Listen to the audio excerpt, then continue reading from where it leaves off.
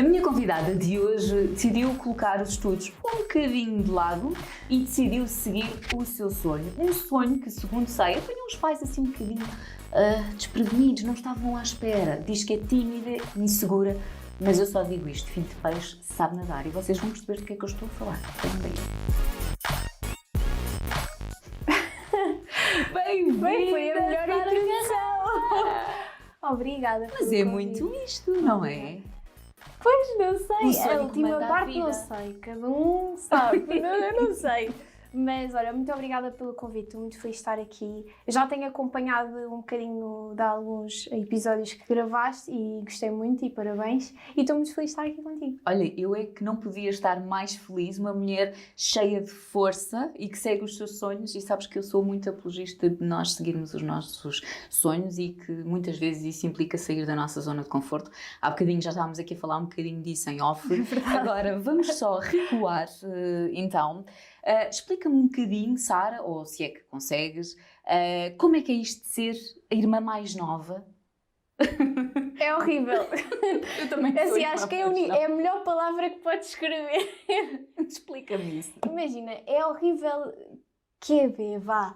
É difícil, porque sou a filha de, irmã de e depois é que sou a Sara. E isso torna um bocadinho complicado, mas é uma situação que eu me tenho habituado ao longo dos anos, pronto. Estou nisto desde que nasci, literalmente, e é uma situação que agora já lido perfeitamente. E também já sabes que tu tens o teu caminho a seguir. Sim. E isso com o tempo vai. Olha, há todo um passado em França. É verdade. Que memórias é que tu tens desse tempo? É Tens assim, algumas? O meu passado em França é extremamente curto. Pois, estiveste lá muito, muito pouco. Eu Com que tive idade lá- é que tu vieste? Eu, se não me engano, é que nem eu sei. Eu acho que foi para aí com 7 ou 8 meses. Ok. Eu vim muito pequenina. Eu nasci em do Rodão, que é assim que se diz. Com os meus irmãos também, os dois. Só que, entretanto, pronto, o Miquel, por exemplo, acho que já veio com 15 anos para cá. Eu era muito bebê. Sim. E não me lembro de quase nada de lá. Mas é muito especial para mim porque eu quase todos os anos vou lá também para conhecer onde a minha família, pronto, neste caso não eu, mas onde a minha família foi muito feliz. Olha, e há pouco eu estava a falar, e é verdade, disse, agora puseste um bocadinho os estudos assim de parte, estavas num curso de cultura. É verdade. O ar da Sara. É um bocado uma desilusão para os meus pais. Mas, pronto, eu estive em estudos asiáticos. O meu primeiro curso foi estudos asiáticos, onde tive 3 meses. Depois, entretanto, desisti. Não porque não gostava do curso, porque realmente era um curso que eu estava muito interessada, mas sim porque... Ou seja, depois de estar integrada no curso é que percebi que aquilo não me ia levar de certo lado para lado nenhum. Porquê? Porque eu não queria sair de Portugal. O meu objetivo sempre foi estar em Portugal. E aquele curso, a maioria das pessoas queria ir para a Ásia, por exemplo. E então, neste caso, não fazia sentido. Não fazia sentido. E depois, entretanto, entrei em Estudos de Cultura e Comunicação na Faculdade de Letras, só que esse, pronto, já foi mais curtinho.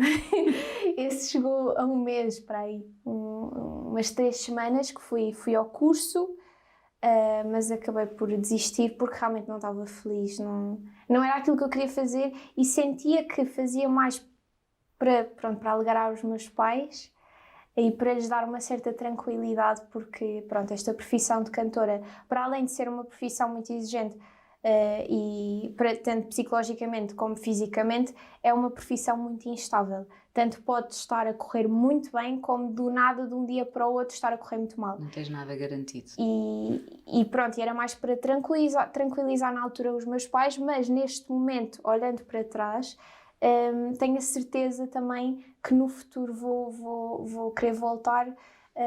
Também porque a minha mãe, pronto, diz sempre que saber não ocupa lugar, portanto... Os pais e os cursos É superiores, verdade. não é? Dizem sempre, mas é uma segurança. Olha, que todas as pessoas que já passaram por aqui, os pais dizem sempre, umas mais ligadas ao YouTube, que tu também conheces bem, não é? Porque somos todos, conhecemos todos e estamos todos, Sim. a maior parte das vezes, nos mesmos sítios. Quando tu eras miúda, lembravas-te assim de alguma coisa, o que é que tu imaginavas que querias ser? É assim, eu já tive a típica face de cabeleireira. Opa, tão bom. Acho que já muita gente passou por isso. Já quis ser veterinária, mas só depois sabia que ia picar os animais e ia ficar muito triste, então não fiz esse. e já quis ser hospedeira. Acho que assim o último que eu quis ser era hospedeira, para além de cantora.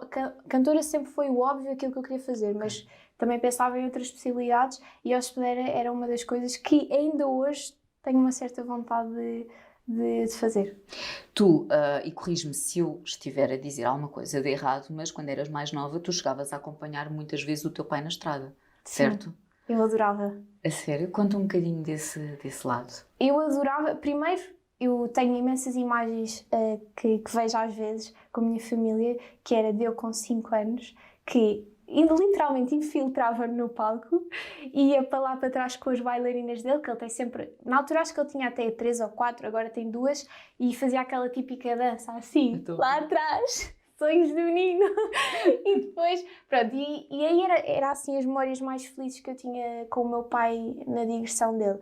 E depois, por exemplo, o Altice é uma sala muito, muito... Acho que é a sala mais especial para mim. Não só, pronto, vamos dizer, a dimensão da sala é assim, pronto, a maior que temos cá em Portugal, mas acho que não é por aí. É mesmo porque é uma sala que todos os anos fez parte da minha vida. Aquela sensação, por exemplo, no próprio dia do concerto, aquela adrenalina toda, faz-me muito bem. E é muito especial para mim, é a minha segunda casa, sem dúvida alguma. E, por exemplo, voltar agora recentemente com o meu irmão fez-me muito bem. Com o David. Foi uma experiência completamente diferente, porque foi com o meu irmão, mas é muito bom. E tu alguma vez adormeceste tipo nos camarins? Ou... Oh, tantas vezes. Eu já chegava, eu tenho fotos minhas, a adormecer na primeira fila do concerto do meu pai. Incrível. Vê só esta capacidade de... Sim, com aquele barulho. Pum, pum, e eu a dormir lá ali à frente. É uma capacidade assim, é um dom, é um dom. Pois, agora tu não deves ter qualquer problema em adormecer em qualquer sítio, não é? Se tu me dissesses agora, Sara, dorme aí 10 minutinhos, eu dormia. A sério, só aqui na cadeirinha. E acho que foi dos concertos do meu pai que eu ganhei. Ganhaste. Obrigada, pai, por esta habilidade. Mas foi. E tens saudades? Guardas esses momentos com carinho? Muito carinho. Quero acompanhar o máximo tempo o meu pai. Pronto, agora estou a iniciar a minha carreira e não vou poder acompanhar tanto como acompanhava antes, mas adoro tanto acompanhar a carreira do meu pai como a dos meus irmãos, sempre. Eu adoro, não sei explicar, estar ali, eu sei as músicas todas de cor, sei a ordem e tudo das músicas de cada digressão. E diz-me uma coisa, também costumas dar dicas ao teu pai, aos teus irmãos? Dou. Sempre que acho que necessário, dou mais ao meu pai. Os meus irmãos é mais difícil. São tortos? São! Coisas que E depois dão-me na cabeça. Ou seja, estou ali a dar uma dica e ainda dizem assim aquelas pequenas, sabes? O meu pai já aceita melhor as dicas. Então eu costumo dar mais ao meu pai, que eu sei que ele vai pensar no assunto. Teu pai é assim um pai muito próximo? Como pudeste ver antes das gravações, sim. Estava a ligar só para saber se estava tudo bem. Não, ele é muito pai galinha. Mas eu sei que é preocupação. E já me chateou no passado, vou-te ser sincera, chateou-me bastante em muitas situações. Mas agora já sei lidar com cada situação, já percebo e já aceito. E sei que provavelmente vou ser igual. E por isso é que já também acabei com o tempo por perceber o lado dele. Mas às vezes, pronto, é um bocadinho chatinho. Uma das coisas que tu às vezes vais falando tem a ver um bocadinho com a tua insegurança, com a tua timidez. Eu acho que às vezes as pessoas também confundem timidez com... acho que no teu caso não passa tanto isso, mas sabes, às vezes há pessoas que confundem a timidez com rude. Ser arrogante ou tem a mania. Mas pronto, tu achas que quais são as tuas inseguranças? Quando tu dizes que és um bocadinho insegura, tem a ver com os teus próprios receios de não decepcionar? O que é que as pessoas esperam de ti? É uma luta constante? Ui, isso foi tanta informação. Juro, e estavas a dizer cada ponto e eu estava a dizer sim, é isso sim, tudo. é tudo. Pronto, eu acho que no meu caso nunca acabei por passar a imagem de arrogante. Porquê? Porque por muito tímida que eu seja com as pessoas, há sempre aquele sorrisinho. E as pessoas aí até começam a gostar de mim. Mas... Como é que ninguém? Achas que alguém pode não gostar de ti? Pois, não sei, mas se calhar deve haver, há sempre. mas eu acho que a minha timidez é devido a vários aspectos. E é uma coisa que eu trabalho diariamente, seja fisicamente, acho que todas temos assim manias, mas também psicologicamente e de tudo que é canto, por exemplo. Já fui bastante insegura. Por exemplo, eu estava-te a dizer em off, esta situação toda da máscara, acho que foi muito, muito, muito bom para mim. Porque eu antes de aceitar, vou-te ser sincera, antes de aceitar este desafio da máscara, eu estava com muitas dúvidas. Eu no início até cheguei assim a falar com a minha mãe em conversas, dizer que se calhar não queria porque não estava segura de mim, não estava segura das minhas capacidades vocais, porque desde pequena, e não é para fazer-me de coitadinha, porque não sou uma coitadinha, tenho muita sorte e sou muito feliz, mas desde pequenina sempre, porque eu comecei a cantar muito nova, com o meu pai, com 12 anos, numa sala como o Altice, como o Olimpiá, piquenique, mega piquenique, com 300 mil pessoas, ou seja, tão pequenina fiz coisas tão incríveis, não por mérito próprio, óbvio, mérito do meu pai, mas isso acabou por afetar psicologicamente. Porque às vezes nem me ouviam a cantar e já diziam que eu cantava mal. Quantas vezes eu vi isso tanto nas redes sociais, pronto, as redes vêm logo diretamente a nós, mas até em entrevistas, pessoas a comentarem e a dizerem aquela não canta nada. E nem sequer me ouviam a cantar. E isso, com o tempo, por muito que eu não falasse muito sobre o assunto, porque nunca falei, foi acumulando, que chegou a um ponto em que eu própria não acreditava em mim. E isto foi muito recente, a máscara. Portanto, não é uma coisa de há 5, 6 anos. Há muitos anos. E agora com a máscara eu própria estava, mãe, e se me puserem a cantar, ou seja, eu faço só baladinhas, se me puserem a cantar uma coisa completamente diferente, eu não vou ser capaz. E a minha mãe disse, Sara, tu só tens que trabalhar, lutar e eu acredito em ti. E eu aceitei com medo, eu estava tipo, pronto, olha, estou feita, mas seja o que Deus quiser, eu vou. E aceitei e foi a melhor coisa que me aconteceu. Não digo que foi o projeto mais importante porque tenho o meu EP à frente, óbvio, claro. Mas foi o projeto que me trouxe mais, sem dúvida alguma. Ficaste a ganhar muito. Ganhei muito, muito mesmo. Ganhei muita autoestima, ganhei muita confiança em mim e nas minhas capacidades vocais. Eu, por exemplo, se me perguntassem há um ano se eu era capaz de cantar Bon Jovi, eu dizia não. Ou pelo menos em público. Em público. Não, eu nem à frente dos meus amigos cantava. Não cantava à frente de ninguém. Eu, por exemplo, eu tinha que ir para estúdio. Eu gostava de ir para estúdio, óbvio, porque é aquilo que eu gosto de fazer. Claro. Mas o facto de estar ali a cantar muitas vezes só para uma pessoa era uma luta interior muito grande.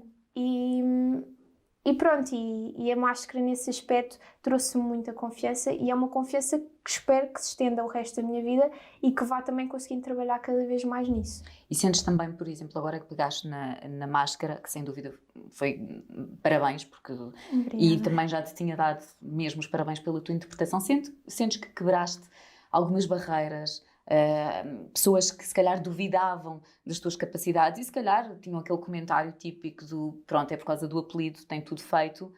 Tu sentes que conseguiste abanar essas pessoas e dizer calma, eu estou aqui, eu tenho uma palavra a dizer. Sim, sem dúvida alguma. Assim, e até chegou a sair em revistas, por exemplo, que a opinião no geral, o feedback é que eu estava a mostrar a muita gente que conseguia fazer muita coisa. Eu sei que consigo e tenho que evoluir cada vez mais, tenho muito para aprender e tenho que ficar muito melhor do que estou neste momento, mas também sei que evolui muito nestes últimos meses e isso é muito bom e consegui com a máscara mostrar a muita gente que realmente canto, consigo fazer alguma coisa e isso foi muito bom para mim. Sentes que é um peso o apelido? É, sem dúvida alguma. Mas eu já sabia disto antes de começar. Eu já estava mentalizada que o apelido de carreira ia trazer muitas coisas. Mas também sei, e tenho que ser honesta, o apelido de carreira não é só coisas más, óbvio. O apelido de carreira trouxe-me muitas coisas boas. Primeiro trouxe-me a oportunidade de poder começar quando quisesse, no tempo certo. Eu sinto que comecei no tempo certo. Eu comecei tarde, com 18 anos, 19, mas era o momento e não tinha que começar antes por obrigações. E depois não é só isso, trouxe-me todas as oportunidades que me trouxe logo ao início. Por exemplo, no meu primeiro videoclipe ter um telejornal a passar isso. Não há muita gente que tenha essa oportunidade. E eu tive ter a oportunidade, por exemplo, neste momento estar a fazer esta entrevista contigo. Todas as entrevistas que eu fiz para promover o meu trabalho, nem toda a gente tem essa oportunidade. E foi o carreira que me trouxe isso tudo. Pois há as coisas más, como sempre em tudo na vida, que é, pronto, o peso, não podermos errar nos primeiros passos que damos, porque toda a gente está... Não toda a gente, como quem diz, mas as pessoas estão atentas. Por exemplo, o meu pai, nesse aspecto, teve essa sorte de poder, durante anos e anos e anos, errar, conhecer-se enquanto artista, experimentar várias coisas. Pronto, tanto eu como os meus irmãos não podemos... Porque o teu pai, no fundo, fez o caminho. Sim. E vocês agora apanham, o caminho já está feito, já não podem quase que... Mas eu vejo mais como uma sorte, um apelido de carreira. Temos que ver as coisas positivas, não temos de estar a olhar só para o negativo. E eu acho que o apelido de carreira é uma sorte que eu tenho. Quando tu falas, óbvio, pronto, eu imagino os aspectos menos bonitos. Um desses aspectos fala ou passa um bocadinho pela falta de privacidade também, ou no teu caso nem sentes tanto isso, é mais a pressão, por exemplo, na parte da carreira, na parte da música? Eu acho que é mais a pressão. A privacidade sempre foi um bocadinho tirada desde que nasci, literalmente, porque não podia fazer certas coisas que muita gente da minha idade pode fazer. Por exemplo, expor-se de muitas maneiras nas redes sociais. Por qualquer tipo de conteúdo, eu tenho que sempre calcular tudo o que meto. Apesar de ser bastante transparente Sim. nas minhas redes sociais e quero mostrar às pessoas aquilo que eu sou, eu também tenho que ter a consciência dos conteúdos que publico. E desde sempre tive que ser. Eu já cometi o erro, não entrando muito no assunto, já cometi o erro de publicar certas coisas que não devia ter publicado nas redes sociais e cair-me do nada esta bomba que foi na altura. Eu tinha 16 anos e isso foi provavelmente das fases mais difíceis para mim, em que, por exemplo, muita gente, por causa de um tipo de conteúdo a estar a publicar, está-me a desejar a morte. Uma miúda de 16 anos estar a lidar com isso não foi de todo fácil, mas felizmente tinha a minha família comigo, que sabia lidar com este tipo de situações assim mais complicadas e que me conseguiu guiar e ajudar. Mas sempre tive que ter um cuidado extra, mas é tranquilo. E sentes que é só a parte um bocadinho mais... mais enfim, chata. Mais chata. Que é essa de não... Enfim, de teres sempre que calcular e pensar um bocadinho mais e não ser... Sendo que tu és autónoma e decides o que é que queres e não queres partilhar, mas obviamente tens sempre que medir um bocadinho do... E como é que é ser caçula? Há bocadinho tu estavas a dizer que não é nada bom. Eu confirmo porque eu também sou a irmã mais nova. Também tenho, é uma irmã e um irmão e é terrível. É complicado. Imagina 2 irmãos mais velhos. Um que já tem, que fez agora 33? Não sabem a idade dos irmãos. Mas eu assumo, eles também não sabem a minha. Tua. Não, ainda no outro dia o David disse que eu tinha 18 anos. Eu vou fazer 21. Deus. Pois, eu ia dizer, tens 20. Caramba, não, David, até eu sei. Pois, a minha avó acha que eu tenho 13, portanto... Mas isso é ao lado das avós que não querem que as netas cresçam, não é? É triste. Toda a gente me dá... Agora, pronto, estou mais produzida, se calhar já pareço um bocadinho mais velha, mas sem maquilhagem toda a gente dá-me 14, 16 anos. É muito triste. É algo que assim me provoca uma tristeza profunda. Olha, e tu há pouco fizeste essa inconfidência que tu, na parte da música, sempre foste assim, pronto, um bocadinho mais insegura. Sim. Achas que nessa área, o que é que tu alguma vez comentaste com o teu pai? O facto de sentires insegura em relação à tua voz, esses teus Nunca receios? tive que ter essa conversa. O meu pai, como qualquer pai e mãe, Sente consegue isso. sentir e ler. Ler nas nossas ações e no nosso dia-a-dia. E, por exemplo, o meu pai, a seguir a esta situação toda da máscara, disse-me, pronto, o meu pai se calhar não diz tantas vezes como alguns pais, mas é isso que me toca mais, é ele dizer nos momentos certos. Ele, por exemplo, a seguir à máscara disse, olha, tenho muito orgulho em ti. E isso foi muito importante para mim. Eu não quero chorar. É com estas coisas. Olha, até eu fiquei arrepiada. É complicado. Eu acho que as coisas que mais me tocam é quando me dizem que têm orgulho em mim. E por isso é que choro mais nestas situações assim. Posso falar de muita coisa, mas dizerem que têm orgulho em mim é muito importante.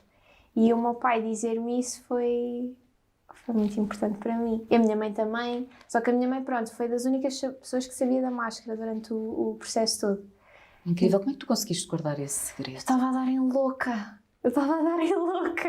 Eu só queria contar, eu sou a Pantera. Só que não podia dizer a ninguém, porque tinha um contrato de confidencialidade. E pronto, eu respeito e não podia. Mas depois foi uma bomba, porque depois toda a gente queria saber se era eu. Então toda a gente dizia, eu sei que és a Pantera. E eu, não sou. Mas foi muito divertido. O teu pai também te perguntou, por acaso és tu a Pantera? O meu pai não me perguntou, o meu pai afirmou-me. O meu pai é assim, eu sei que és tu, não só pela voz, mas pelos saltinhos que tu fizeste de alegria. Pai, não Eu fiz uns posso, saltinhos de sério? alegria e ele assim, eu sei que és tu.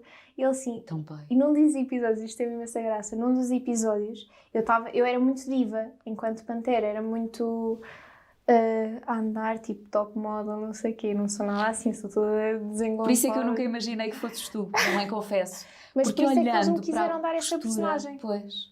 Eles próprios da produção disseram, nós queremos que tu sejas a Pantera Porque é o oposto. porque é o teu oposto. Mas Eu enganaste não sei se muito isso é um bem. insulto, que é tipo, não és sensual. Mas não, pronto. não é, não, nada disso. Mas ele disse-me, olha, bom andar, Sara, sim senhora. E eu assim, não acredito nisto. Mas sim, ele descobriu logo que era eu. Mas eu neguei. Olha, tu sempre foste... Isto é um bocadinho parvo, mas sempre foste um bocadinho mais próxima do teu pai ou da tua mãe? Eu acho que depende do dia, depende da fase em que estou. Sou muito próxima dos dois. Eu vivo com a minha mãe, desde que os meus pais se separaram.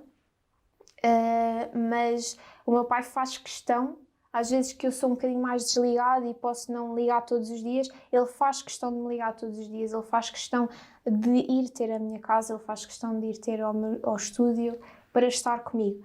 E eu acho que isso também é uma das coisas que eu gosto, neste caso que estamos a falar do meu pai, mas a minha mãe é igual, eles são muito ligados à família e sempre passaram muito isso a nós, aos meus irmãos e a mim, que a família é o mais importante, Acho acima de tudo, trabalho, amigos, tudo. A família é o mais importante.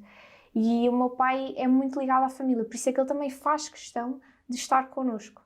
E Acho que isso nota-se em tudo, que independentemente do caminho que cada um siga, das decisões, nota-se que vocês continuam a ter uma força gigante e que são muito unidos e que estão uns para os outros, nos melhores e nos momentos, eu não gosto de ser piores ou, enfim, menos felizes, vá. Tu há pouco falaste e eu não sei se te importas de falar nisto, e sim, nós obviamente mudamos de assunto, mas tu há pouco falaste do divórcio dos teus pais. sim. Foi, assim, uma altura nada fácil, calculo. Chata. Foi uma altura um bocadinho complicada, mas que é um assunto que eu não costumo abordar muito, tanto em entrevistas, mas também na família. Nós não falamos do divórcio. Foi aquilo que passou, cada um seguiu o seu caminho. Tal e qual. E os meus pais, acho que, pronto, foi uma altura complicada, tanto para mim como para os meus irmãos, como para os meus pais, para toda a gente. Sempre. Mas os meus pais souberam lidar muito bem com a situação e graças a eles nós soubemos lidar com a situação. Por isso é que também estamos bem agora. Estamos bem todos enquanto família. Porque na altura soube-se lidar com a situação. Se na altura não fosse o caso, se calhar hoje não seríamos o que somos. E pronto, é um assunto assim mais sensível, que é um assunto que eu não falo muito, nem com os meus irmãos, nem com os meus pais. Nós nunca tivemos aquela conversa, porque já passou, porque já passou, não é? Foi o que foi. foi uma altura mais complicada, se calhar por causa do mediatismo todo. Sim. Acho que isso foi o que complicou. Se calhar se tivessem respeitado mais aquela fase teria sido mais fácil, mas também não julgo, porque pronto, é o trabalho das pessoas e têm que viver e têm que trabalhar. E pronto, se aquela situação está a acontecer, têm que expor de alguma maneira, não é? Tu sentes, por exemplo, que essa altura condicionou a forma como tu vês o amor ao longe disso? Se calhar um bocadinho. Porque eu nunca vi os meus pais a discutir. Nunca. E isso é incrível. Ou seja, para mim eles eram o casal perfeito. E do nada, pronto, não estarem juntos, se calhar agora não vejo... Mas eu sou uma pessoa muito romântica também, portanto... Já somos duas, tão bom. Eu adoro preparar surpresas, eu adoro fazer aqueles gestos românticos, adoro... Mas tanto como do exemplo dos meus pais, como daquilo que eu já tive ou não, de situações minhas, acho que se calhar neste momento sou um bocadinho mais fria nesse aspecto. Não é que não espero que aconteça, mas é que não acredito que possa acontecer. Não sei se me faço entender. O facto também de seres fria pode ser uma defesa tua nesta altura. Pois. Não? Não sei. Se calhar que o tempo vai passar, mas eu vejo, por exemplo, filmes românticos e adoro. E passo isso aquela pessoa que diz, adorava que me acontecesse a mim. Qual é assim o teu filme de eleição? Eu adoro todo tipo de filmes românticos. Eu sou aquela pessoa que adora chorar a ver um casal a ser feliz. Adoro. Eu vivo para aquilo. Tipo um Love Actually, o Notting The Hill. Notebook. Eu vi o Notting Hill há um mês porque nunca tinha visto. É sério? Nunca. É o meu filme de eleição. Eu adorei. Tem as declarações de amor mais bonitas da história do cinema. E tu pensas, eu pelo menos falo por mim, tu pensas, isto é possível? Ou tu achas que aquilo só acontece ali no cinema? Eu acho que só acontece no cinema. A sério? Sim. Agora fiquei triste. Mas olha, por exemplo, vejo de fora, não é? Mas vejo o teu exemplo e do Miguel, eu acho que realmente vocês são um casal incrível. Pronto, como é o ver de fora, é sempre diferente, eu não estou na vossa história, mas daquilo que eu vejo e até que vi numa reportagem agora há muito pouco tempo, vossa, achei realmente que vê-se que gostam mesmo muito um do outro e acho que é uma história muito bonita. Mas pronto, não acontece sempre assim, infelizmente. Não, há de acontecer. Eu acredito e acho que tem que ser tudo na altura certa. É verdade, mas é mesmo. Assim como tu, por exemplo, agora a questão da máscara. Foi na altura que tinha que ser. Não senti isso, ainda há pouco tu também disseste. O facto de teres largado os estudos, agora estás focada na música, tudo tem o seu timing. E eu também acho que, enfim, aquilo que nós somos hoje é um conjunto de coisas felizes, de acontecimentos felizes, mas também aqueles menos felizes que te fazem crescer. Certamente tu, hoje em dia, aos 20, não és, sem dúvida, a mesma pessoa que eras aos 19. Tudo. Eu penso muito, se tiver que acontecer, vai acontecer no momento em que tiver que acontecer. Tu és muito descontraída nisso? Sim. É um dia de cada vez? Sim, e se nós não questionamos as coisas boas, porque é que devemos questionar as coisas más? Tudo acontece por um motivo. E muita coisa que eu vivi no passado tornou-me na pessoa que sou hoje e que me orgulho e que sei que estou muito melhor agora também graças a situações más do passado. Tu agora estás focadíssima na música, certo? Sim. Mas também, eu posso dizer que tu também és uma criadora de conteúdo digital, também estás não presente tenho no jeito digital. nenhum. Nada! Há pouco a Sara estava-me a dizer em off que é um martírio fazer stories. Tu fazes pouquíssimo. Eu faço pouquíssimos e depois, cada vez que faço, vejo pai 40 vezes a pensar devia ter posto esta cor. Porque, por exemplo, eu sinto que todas as influencers fazem uns stories mesmo bonitinhos, sabes? Com aquele textinho ali lindo e aquelas coisinhas, aqueles detalhes. E eu parece que faço aquilo à balda, meto não sei o quê e ponto, já está. E depois dão-me sempre na cabeça a dizer devias ter feito aquilo e aquilo. Por isso é que eu nunca faço, porque eu gosto, por exemplo, de gravar vídeos. Por exemplo, agora faço um vídeo contigo e dizer estamos aqui a fazer uma entrevista que vai sair daqui a pouco tempo e faço sem pensar. depois cada vez tenho que estar ali a pensar muito. Mas acho que isso também é um segredo um bocadinho do... Eu percebo a tua luta, que é, por um lado, não pensar, portanto, ser o mais natural possível, mas, por outro lado, era aquilo que tu também estavas a dizer, tem que se pensar sempre um bocadinho. Mas o bom do digital, acho eu, daquilo que percebo, é ser o mais natural e é com isso que as pessoas se és. identificam. Eu acho que as coisas, quando são demasiado trabalhadas e demasiado pensadas, as pessoas nunca se vão identificar com aquilo. E soa falso. Soa falso. E as pessoas não gostam de falso, tão simples quanto isso.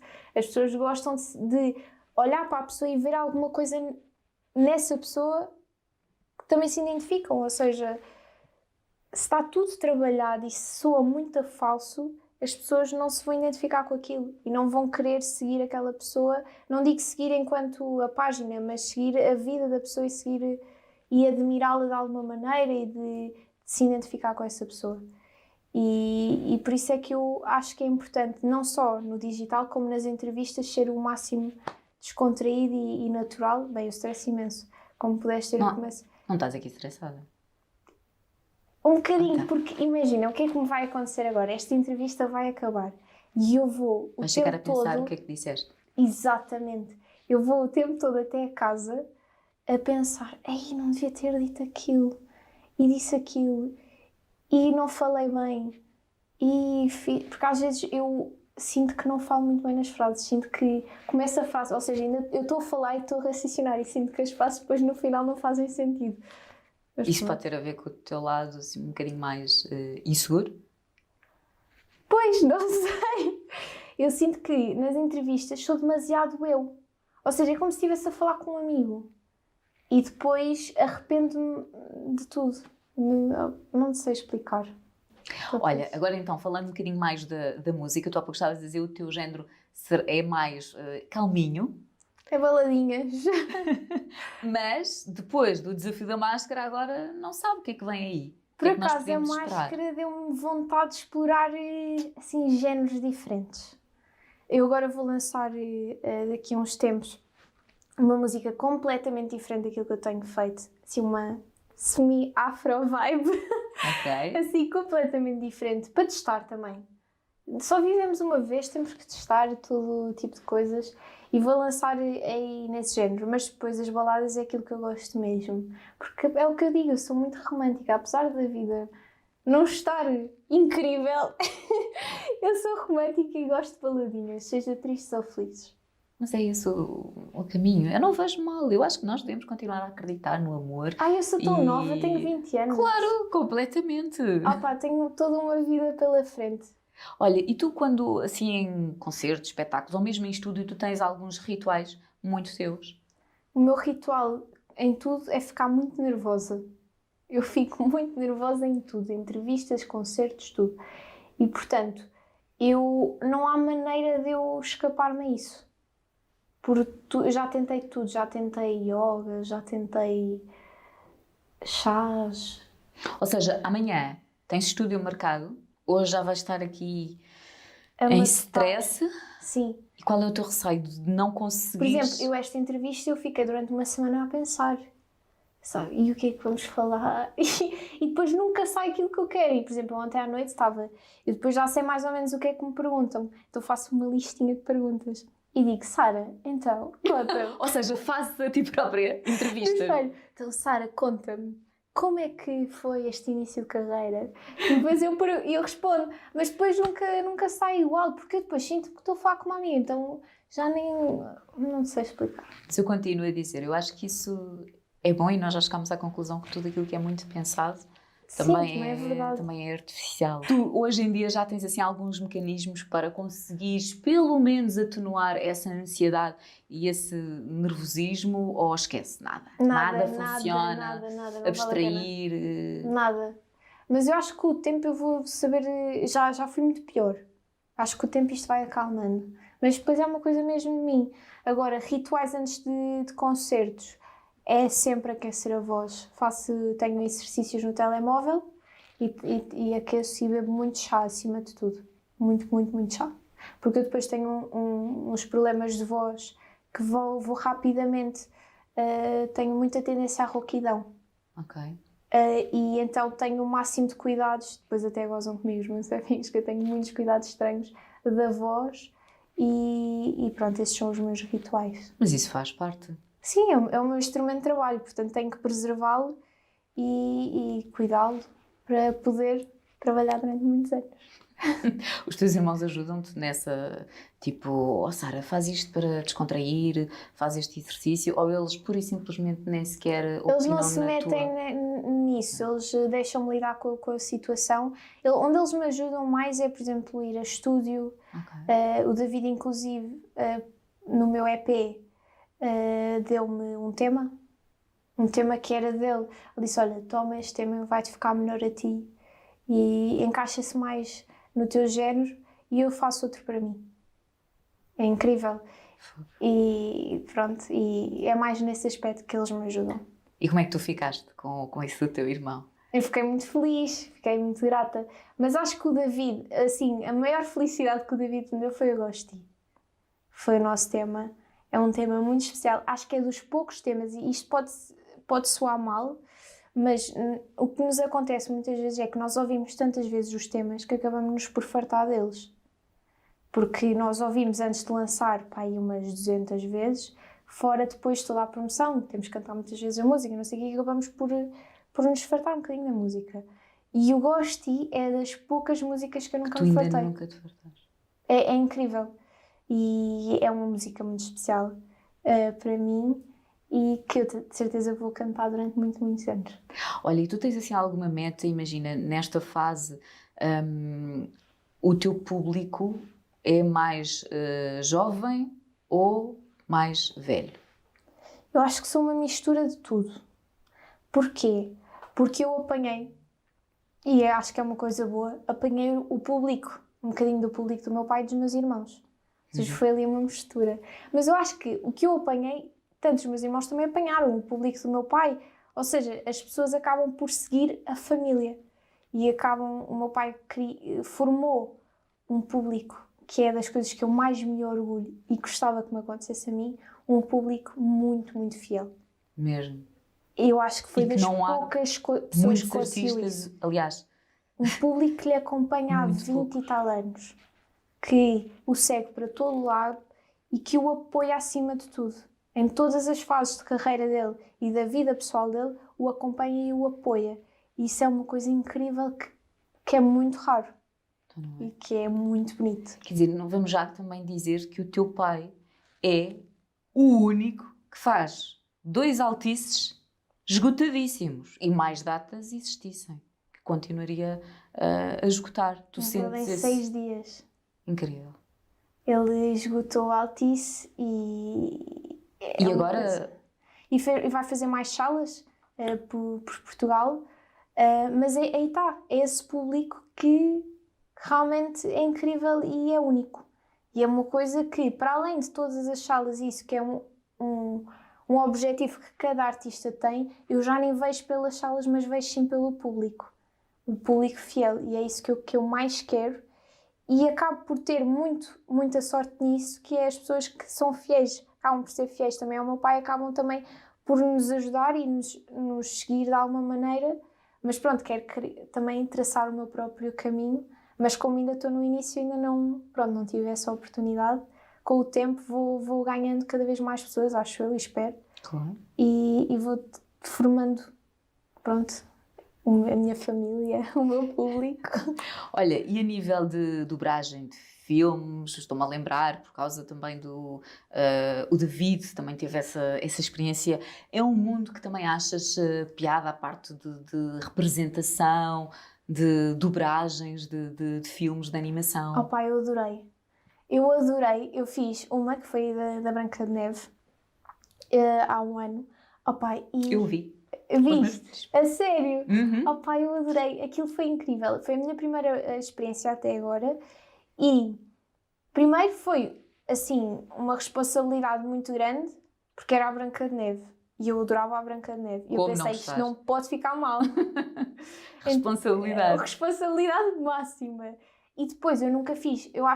Associo muito dobragens nestes filmes como representação. Ou seja, apesar de não estar lá a imagem, não estarmos nós Claro a expressar com com a imagem, Mas nota-se através da temos que fazer voz. através da voz, o que complica. Porque imagina, se eu estiver triste, consegue-se ver logo com a imagem. Mas ali não dá. Ou seja, temos que fazer tudo com a voz, só com a voz. E isso complicou bastante, porque eu nunca fiz qualquer trabalho de representação.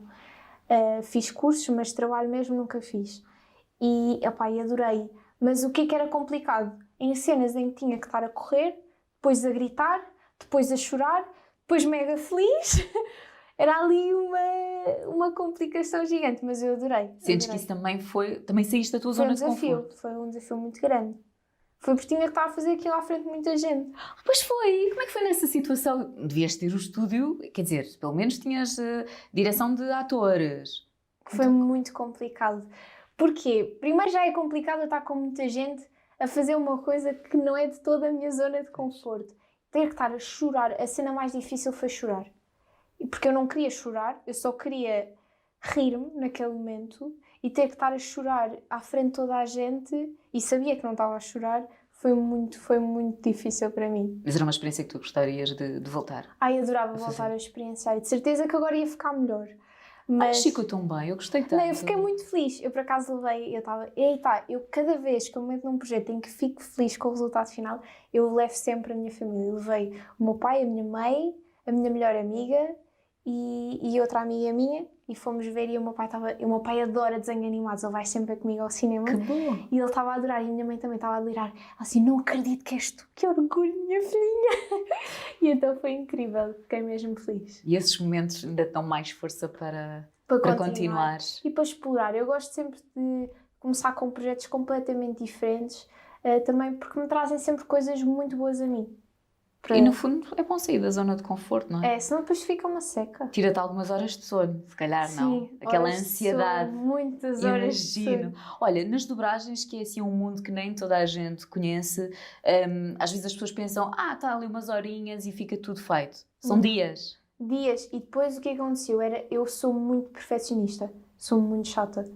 Eles diziam, está bom, não está fixe, está estranho. Porque eu depois tenho eu sinto, e agora eu vou ver esta entrevista e vou sentir que a minha voz está uma criança de 10 anos a falar. Eu sinto imenso isso com a minha voz. Então, eu não queria ouvir a minha voz de criança de 10 anos ali. Bem, naquele aspecto até era bom, porque é um desenho animado. Mas eu queria que ficasse perfeito. E tenho a certeza que, se agora voltasse a fazer, tinha que ficar melhor ainda. E ficou muito bom, estou muito feliz do resultado final. Mas demorou ainda mais tempo porque eu, dizia, não, mais uma vez. Eles estavam ali, só mais uma, por favor. E eles como gostavam de mim diziam, pronto, ok, mais uma. Às vezes, porque quem trabalha, e tu também com a música, é muito assim, nós temos sempre, e tu acabaste de dizer que és muito perfeccionista, ou seja, tu és aquela pessoa que é capaz de repetir 30, 40, 50 vezes até chegar àquilo que tu tens na cabeça que para ti é o perfeito. Mas tu sabes que às vezes aquilo que nós imaginamos é muito difícil de alcançar, ou se calhar já ficou. E nós, às vezes nos estúdios há muito aquela coisa do calma, o que já está feito já está bom. É isso, mas imagina, para mim nunca está perfeito. Nunca atinjo, eu acho que isso é mau nas pessoas que são perfeccionistas, é que nunca atingem o perfeito. O perfeito, pois. Porque o perfeito não existe. Completamente. É uma ideia que às vezes... assim nesta insatisfação de queremos sempre mais e mais e mais e mais e é impossível. E chega a um ponto em que já não dá mais. Aquilo é o nosso melhor e não é aquilo que nós queremos. Isso também te cansa. Isso cansa muito uma pessoa. Mas já aprendi a lidar melhor com estes aspectos e já consegui trabalhar isso. Mas estou muito feliz com o resultado final do filme. Estou. Olha, reta final e antes de ir para a pergunta que fecha sempre o podcast, são mais 5 minutos... Planos, o que é que tu tens agora na tua cabeça? Voltar a estúdio, trabalhar no teu sonho de ter uma carreira na música? Agora quero trabalhar nos próximos temas que vou lançar, quero lançar muitos temas este ano. Não quero lançar nenhum EP nem álbum, queria lançar muitos singles para dar também a conhecer ao máximo de pessoas possíveis, porque estou a começar ainda, as pessoas estão-me a conhecer. E gostava de explorar novas coisas, vou agora começar a ter curso de representação. Eu acho que temos que explorar várias coisas e aprender cada vez mais. de entrar? Eu já tive workshops de representação e sinto que na altura podia ter feito mais. E agora, pronto, vou começar também a fazer isso. E pronto, e por enquanto é isso. Olha, já agora feedback de outros artistas em relação ao teu EP, a esta tua decisão agora, ou mesmo voltamos um bocadinho à máscara, dentro dos músicos, sentiste-te acarinhada? Senti muito. As pessoas todas fizeram, assim, do meu núcleo mais próximo, fizeram questão de mandar pelo menos uma mensagem, dar os parabéns, tanto do EP como da máscara. Mas assim, onde eu senti mais, principalmente, foi o público. Pronto, foi aquilo que eu tive também a ver mais cusca no Twitter, nas redes sociais. Porque para ti também é o mais importante, não é? Eu sou muito cusca, eu vejo tudo dessas coisas do que dizem. Às vezes é mau, mas eu já sei lidar e pôr de parte quando não é positivo. E pronto, quando acho que não faz sentido. Lembras-te, já agora que estás a pegar nisso, alguma vez tiveste alguma situação altamente desconfortável de algum comentário que tenha mexido profundamente contigo? De redes sociais, raramente mexe comigo. Okay. Porque se é um mal, mas eu acho que eles têm razão, eu é que tenho que mudar. Se é um mal que eu acho que não tem cabimento nenhum, aí eu meto lá e simplesmente desligas. Apago da minha cabeça. Acho que assim, que me tenha marcado mais um comentário negativo, se calhar foi, por exemplo, uma vez de uma conversa que eu apanhei na altura de um senhor que estava a falar com uma pessoa que eu conheço, que disse, a seguir eu ter cantado no Altice com o meu pai quando tinha 12 anos, dizer, esta não canta nada, só está ali e pronto. E isso acho que mexeu, não acho, tenho a certeza e sei que mexeu muito comigo, mas as coisas más eu sinto que já sei lidar bem com elas, o que é bom. Porque sei que vai sempre haver, por muito que nós estejamos orgulhosos e estejamos confiantes daquilo que estamos a fazer, há sempre comentários maus, sempre vai haver. E agora é saber lidar com eles, e eu sinto que sei lidar perfeitamente. E sentes que pelo teu apelido estás mais exposta também a esses comentários? Sim. Mas pronto, é saber lidar. E sabes, mas aqui uma guerreira. Olha, eu sei. Sim, sei. Filho de peixe, sabe nadar. Podcast, só mais 5 minutos, é uma expressão que eu uso imenso. Para ti faz sentido? Em que situação é que tu pedes só mais 5 minutos? Em tudo, tudo da vida. Só mais 5 minutos em estúdio, só que mais 5 minutos na cama para dormir. Eu adoro dormir. Eu amo. As coisas que eu mais gosto de fazer é, pronto, cantar, óbvio, mas dormir e comer. Adoro. Ai, com esta elegância. Adoro comer. Adoro. Olha quem fala. Exato. Olha. Vamos mudar de assunto. Vou fechar o podcast. Acabou. Sara, muito obrigada. És maravilhosa. Obrigada. Foi a nossa primeira vez, já agora, para não começarem a pensar, nunca tínhamos estado assim, não é? E olha, estou encantada. Acho que tens tudo para vencer e vai correr bem. Obrigada pelo convite. Gostei imenso. Pronto, vou ver isto depois no final, vou-me arrepender de certeza de algumas coisas que disse, mas adorei, diverti-me imenso e senti que estava a falar com uma amiga, portanto ainda bem. Foi muito bom. Que obrigada. Bom, maior elogio. Muito obrigada, quanto a nós, até ao próximo episódio.